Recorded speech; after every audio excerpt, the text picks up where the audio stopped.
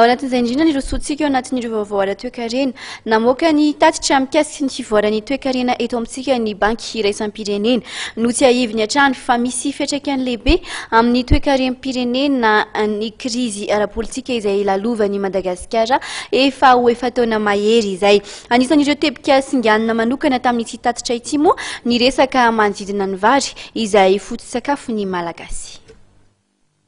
Na dia tsy dia nisy loatra aza ny fisondrotana na ny inflation raha ny tatitra izay navoaka ny banky iraisam-pirenena dia mety hiova izany noho ny vidin'ny vary.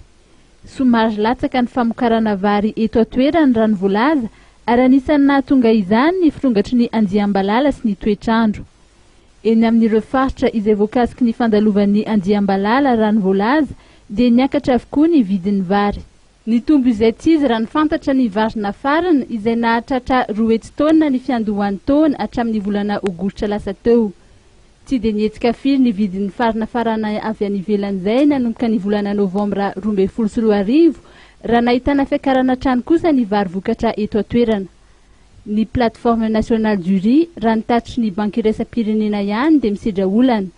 Tsy mazava raha ny voalaza ny politika mpanjakana mikasika ny fampidirana vary eto amintsika izay anjakan'ireo mpandraharaha izay tsy voatery maty ihany raha ny voalaza.